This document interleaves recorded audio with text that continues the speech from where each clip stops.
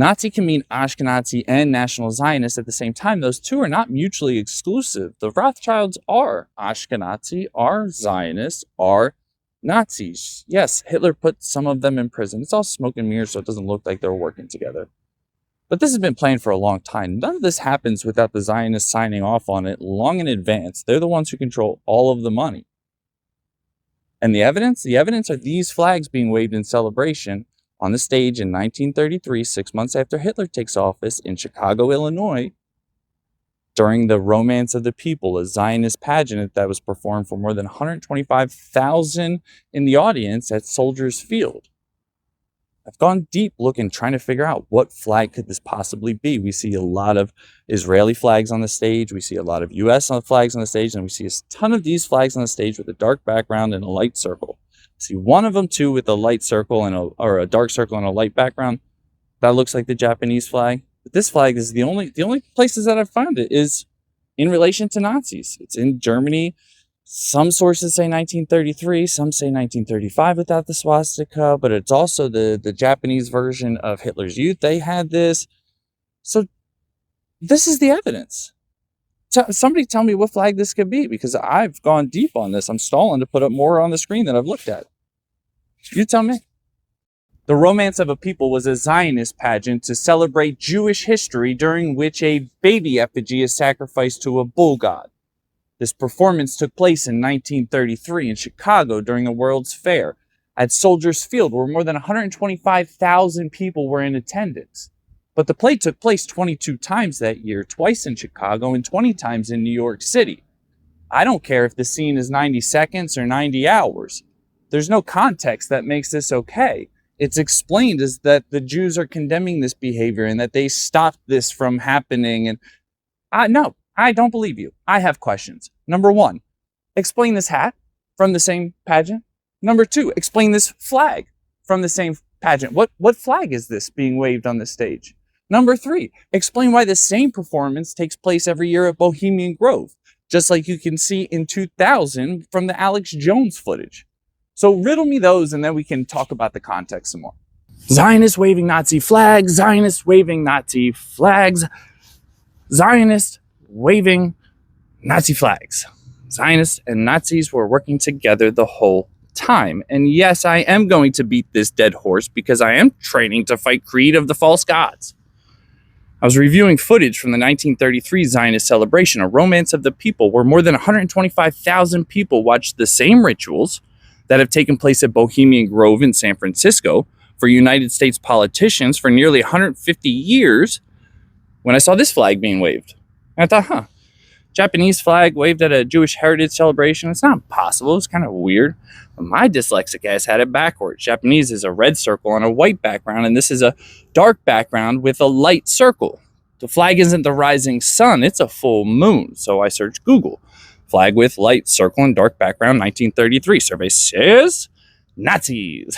In 1933, the most prominent flag featuring a light circle on a dark background was the Nazi flag. I know it's missing the swastika. I'm sure there's some symbolic meaning there. Let's run down the other flags it could have represented. We have the British Union of Fascists, formed in 1932. They changed their name to the British Union of Fascists and National Socialists in 1936, and in 1937 to the British Union. Could be the flag from East Turkestan between 1933 and 34. Nah, that's not it. Could be the flag of the Prussian State Police, 1933. Well, the Prussian State Police in 1933 were renamed to the Gestapo, so I don't think it was that flag. Was it Ahmadiyya? The Ahmadiyya flag couldn't be. That flag wasn't raised until 1939. But wait, what is Ahmadiyya? Ahmadiyya is an international Islamic movement founded in 1889 by Mirza Ghulam Ahmad. It's a messianic movement that believes its founder was the fulfillment of prophecies for a Mahdi or a divinely guided redeemer. And, well, I bet you've never seen this version of the Stars and Bars. I can't prove it was any one of those, so I'll pose the question to you. In Chicago, Illinois, 1933, in front of more than 125,000 spectators, what flag was being waved? Columbus, Columbia, Columbine are all doves that were intended to be sacrificed. That's why we see this name everywhere. And in some contexts, unbeknownst to the members, the two doves are Christianity and Islam. Columbus comes from the Latin columbinus, meaning dove or pigeon-like. And the Mother Mary was required to sacrifice doves at the temple in Jerusalem after Jesus was born. By the way, the letter J and the sound J didn't exist at the time, so none of the names we're using are correct. Anyway, a 15 or 16-year-old Mary is said to have brought two columbes, or turtle doves, to be killed with her to the temple, one for a burnt offering and the other for a sin offering. Burnt offerings are supposed to be voluntary, sin offerings are not. Burnt offerings are toasted to dust, giving the whole animal to God. Priests will eat some of the sin offering and burn the rest outside of camp, some in, some out. Jesus was perfect, but Mother Mary still had to kill some turtle doves because she was unclean after giving birth to the Savior. Here's a quote just to point out some of the hypocrisy of how we pick and choose which rules we want to follow, and similarly point out sections in which only literal translations are allowed while others are afforded symbolic. Leviticus 12, the Lord said unto Moses, saying to the Israelites, a woman who becomes pregnant and gives birth to a son will be ceremonially unclean for 7 days, just as she is unclean during her monthly period.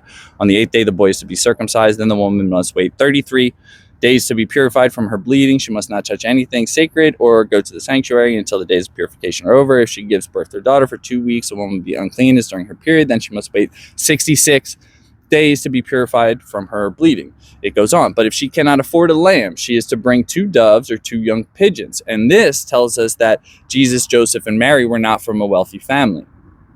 Jesus is said to be literate in scripture, able to read and write. But literacy rates of the time were between 3 and 10%. It was only wealthy aristocratic families living in major cities that had access to formal education. So let's just say he did defy the odds, learning to read and write. We have nothing written from him at all. He wouldn't have seen the importance of preserving an accurate written account. He left that 100% for everyone else to record decades later. Too many inconsistencies in every explanation offered until you realize there's many layers that can be true at the same time. Jesus means translator. Christ means consciousness. There was a real person. I ran into the Latin columbinus looking up a mushroom species after finding this beauty. Pretty sure it's a winter oyster. So I previously identified Columbus as Columbina, an archetype character for basically like a flirty prostitute, when I saw the Latin word and I thought that would have come first. So when I was looking up the definition, Google suggested Mother Mary doves. I followed it, and that's when I read up and realized, oh, Columbus is intended to be sacrificed to bring about the Messiah. Fun fungus fact, just so you didn't come for nothing. Winter oysters belong to the genus Pluterus, which means side ear and refers to the sideways growth of the stem with respect to the cap. Kind of like the tree's ear almost. The species is Osterus, reflecting the common name oyster, referring to the shape of the cap. None of the Abrahamic religions are what you think they are. They have all been designed to confuse you, and they call you a confused goy right in the name. Abraham is considered the father of prophets and the common point for billions of people across, around, and or inside of the earth. In Genesis, Abraham's name was changed from Avram to Abraham when he was 99 years old. The name is explained as being a combination of Av, meaning father, and Hamon Goyim, a multitude of nations. Now, each of these names has multiple valid translations depending on the context, but that is not the innocent evolution of language. That is intentional ambiguity, allowing the meaning to change dependent on the audience. Let's break each one down just a little. Av is easy. It's father or ancestor, no problem. I didn't find anything funky. Ram means exalted or high and can refer to a male adult sheep. It can also mean the ancestors of King David, a powerful tree, a leader. Rams were the recommended animal for sacrifice in ancient Hebrew traditions, representing a trespass offering. This type of offering was a sacrifice when a person committed a specific offense that required both atonement and restitution. The unblemished animal would be taken to the temple, slaughtered, its blood sprinkled on the altar, fat burned on the altar, and the remaining meat was eaten by the priest. So ram has many different meanings. Let's go back to the third part of Abraham's name that was added his third time around 33 years, Hamon Goyim. Sure, Goy or Goyim can mean nation. Is that what it means, though? Hamon also has a bunch of different translations. I'll cut to the chase. One of them means a confused group, and it's also associated with Baal Hamon. I know there's been a bunch of different versions, and you can argue this a bunch of different ways, but this is how language is being used to confuse and trick. Baal is the bull, which is literally where the name Beelzebub comes from, Baal-zebul. And here's a video from 1933 in Chicago, in the United States of America, where a hopefully fake baby is being sacrificed to this bull god at Soldiers Field during a Zionist event. The Big Bang's wrong too. It's wrong for the same reasons as religion. In 1905, Einstein said that we would not assign a point vector velocity to any point of empty space, meaning space itself cannot be flowing, cannot be moving. So when we later make observations from distant stars such as redshift, the only explanation in an empty universe is an expanding universe. So if the universe is expanding forward over time, it must be contracting when you go backwards in time. But these are all based on the same nonsensical assumptions of empty space for the same reasons religion has been mistranslated, which is to pull you further from the truth so that you are more controllable. When you get into the religious text, you have Old Testament Yehoshua translated into Greek as Isis and then translated into English as Joshua. Then you have the New Testament written in Greek where Isis is back translated into Hebrew as Yehoshua and then forward translated into English as Jesus. It doesn't make any sense. When you get to it, we are all one. And this is just cover-ups by the same people over and over and over again. It's the fake Jews. It's the Ashkenazi. There's an NIH published study that says Ashkenazi DNA is not German, but actually traces back to Iran and Turkey, and that Yiddish isn't a Germanic language either, that it's actually a Slavic, or this is an NIH government posted thing. This is not just me making all this stuff up. This is Tesla telling you the ether made up everything. This is the guy who was quoted in 1919 when Einstein was announced in the New York Times after the Eddington experiment. Sir Oliver Lodge, he wrote extensively about the spiritual realm and the ether and how the disciples actually saw Christ's etheric body rise from his physical body during the ascension. So everybody can keep telling me to do more homework and do more research, but guess what? 2026 is going to be the year of the shoe. Damn, I'm good. Can y'all feel it? Can y'all feel it? Now go to Google Maps and type in a place called Ashgabat, Turkmenistan. It's absolutely gorgeous. I ran into it on accident researching something else a while ago, and I was just poking around because I noticed the symbolism. I'm like, my goodness. Why does that look like that and this look like this? The Jews, yeah, yes, they are doing absolutely bad stuff. But like, why? What's the reasons? How? All of that. Because it's way worse than you think it is. Which Jews? It's the Ashkenazi Jews. They're the ones that the Bible told you about a long time ago, the fake ones. Obviously, not all of the people are the people with the DNA, but that's one of the masks. That is Epstein. That is Maxwell. That is the Rothschilds, Albert Einstein, Sigmund Freud, Julius Oppenheimer. It's a really, really long list. But it's way worse than you think it is. Because you go, yeah, we need Jesus. No, they made up Jesus. You believe whatever you want. Like, Jesus is a great idea and concept, and there were real people speaking real messages, but what you know of today with the J is invented. The majority of it, at least the spin, the translation, however you want to frame it, to control you. And I think that the end game is, or at least one of the options for it, is for that truth to come out. And the Muslims to laugh at you.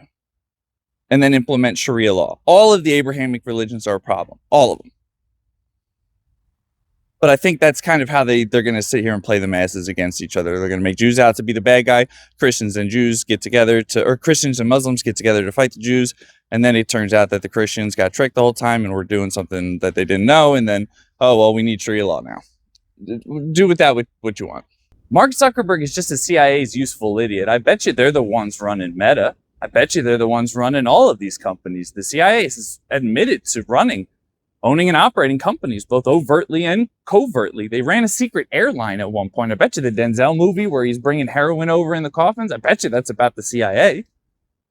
I mean, John Lear, Bill Lear's son of Lear Jets, was one of the pilots. And he's the one who got George Knapp started on the UFO stuff, by the way. He just one day shows up with a whole bunch of UFO documents and whatnot and just drops it on his lap. I'll do one on that later because that's how they control information. But the CIA is openly admitting to running companies right now. They own and operate companies. We know that, and they're doing it in secret. We know that. So let's take some guesses on who. Amazon, Tesla, SpaceX, McDonald's, Walmart. I bet you it's all of them. And on the off chance that I'm right, because I'm sure right now you're shouting, where's the proof? What's the evidence? Where's your source? What do you expect? Like, do you expect a receipt from the CIA on Google? Oh, Google too. I bet you they do Google too. And YouTube, all of them. So just on the off chance that I am right, like, what would you expect to see? Look, Donald Trump is the Trojan horse for the Jewish Messiah, and the Mashiach is death itself. Whether they know it or not, we can debate later. But they worship the Omega, the end.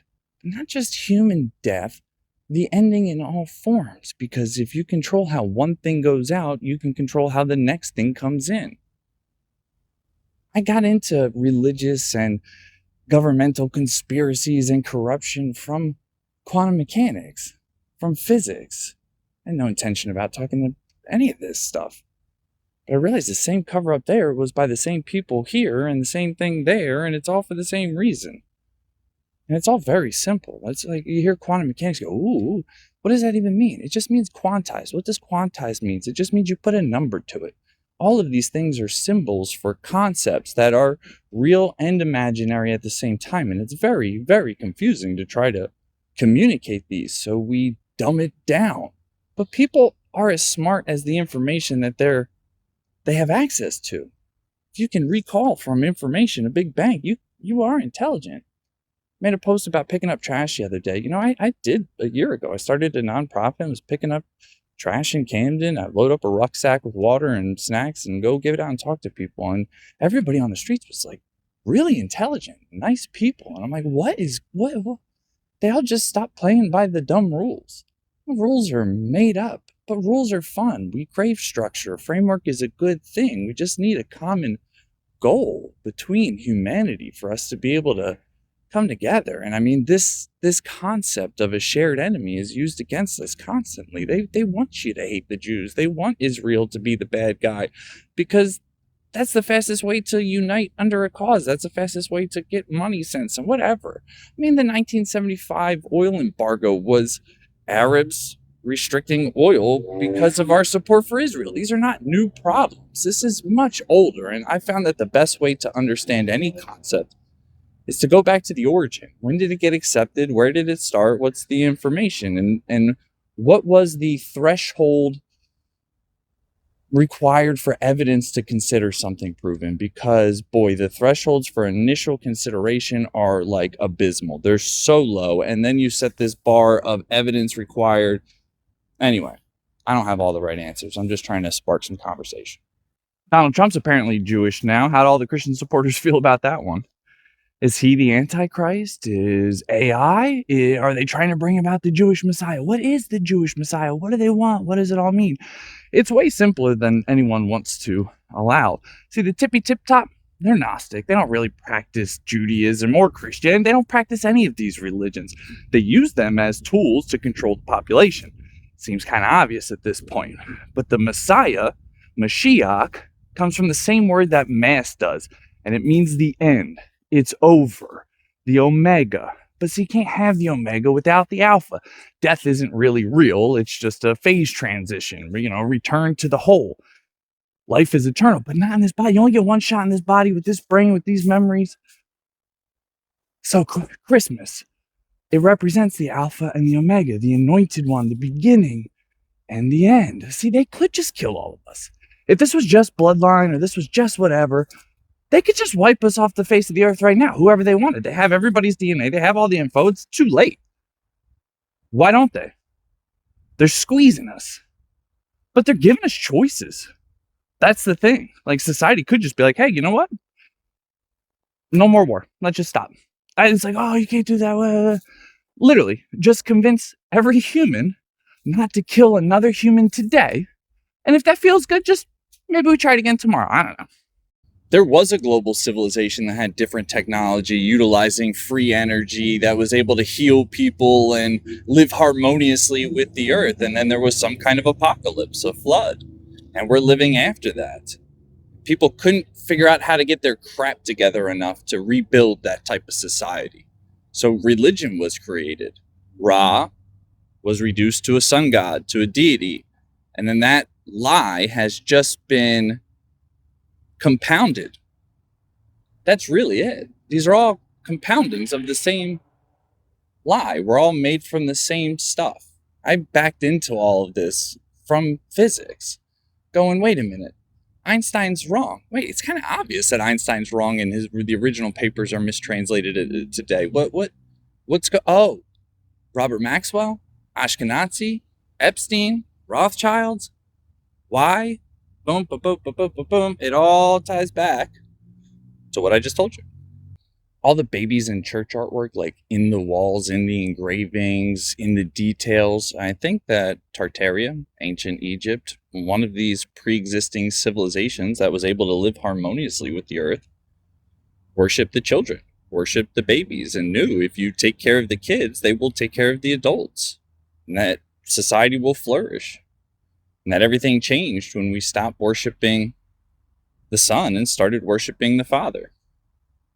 And, if so, fact so, vice versa, whatever. It all just comes down to the same thing, which is we are all one. Everything is made of the same thing, and it gets so confusing, and nothing changes. The words that I'm saying don't change anything about what you know of the fundamental reality. Like, you are an individual. You do exist. This is real. And that's just, gosh, all these lies are just compounded on top of each other to pull away from that. We're just casually admitting chemtrails were real the whole time and hidden under the verbiage geoengineering now. And we're still questioning who's doing this and why it's happening.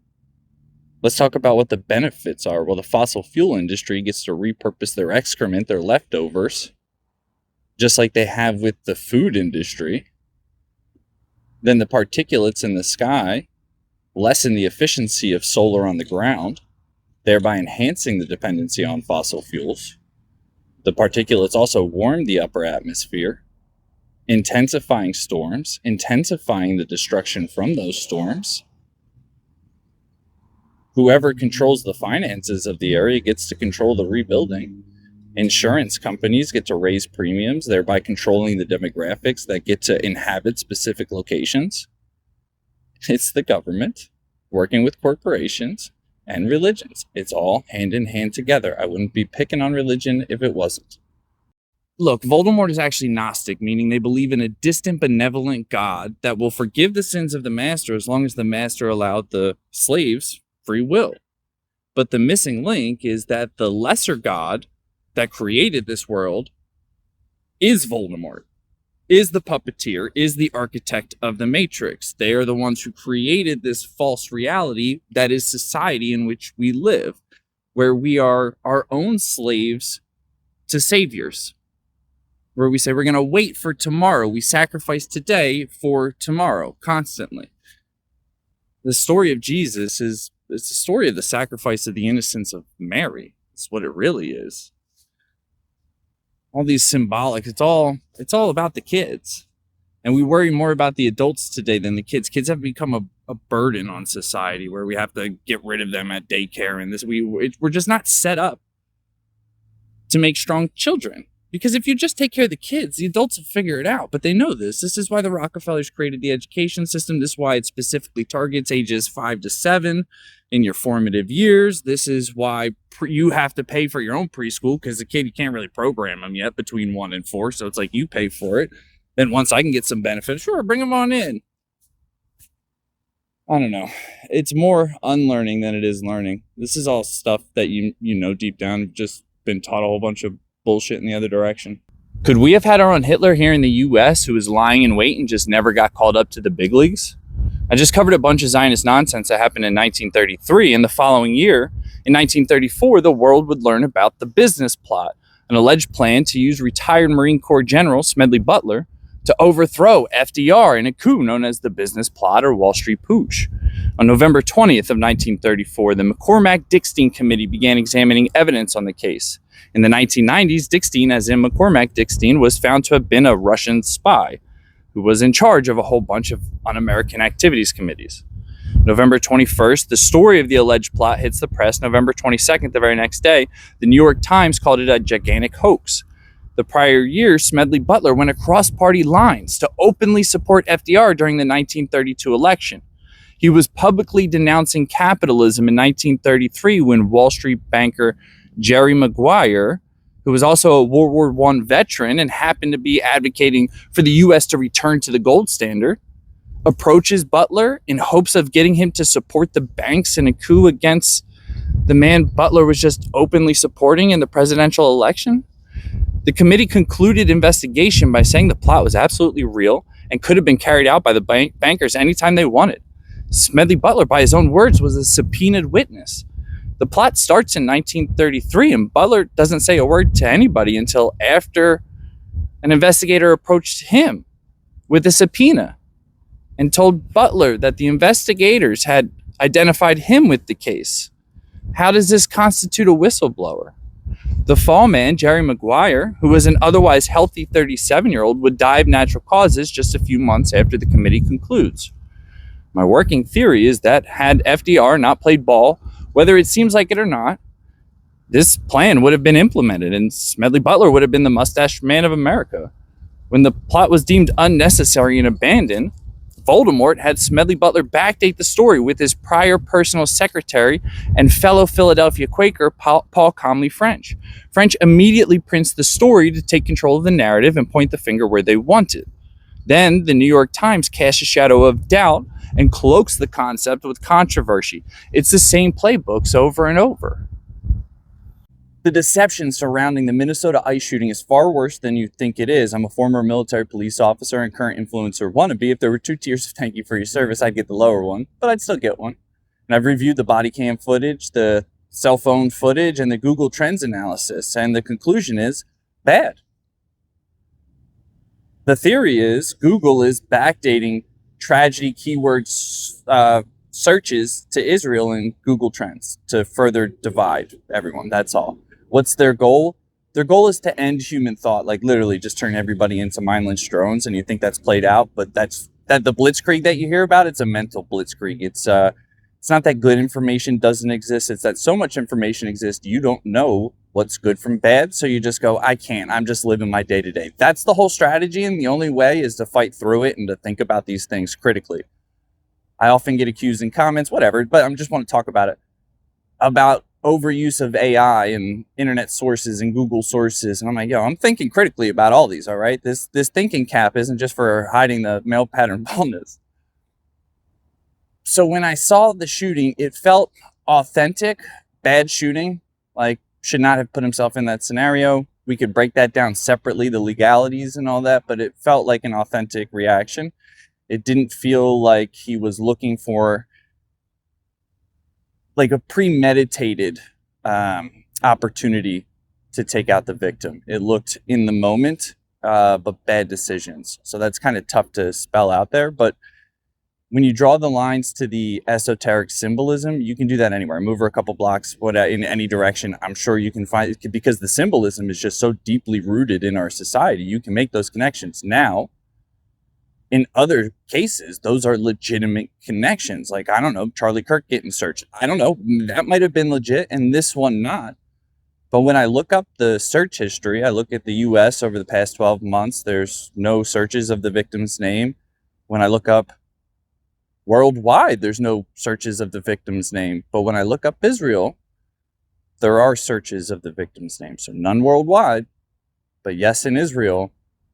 I'm saying this is all just to confuse. Like, they forced these events to happen. That event was inevitable. It was going to happen in that situation or another. And so they have pre-planned strategies depending on which course and which outcome that they need. Hey, if this happens, do this. If that happens, do this. Like, this stuff is...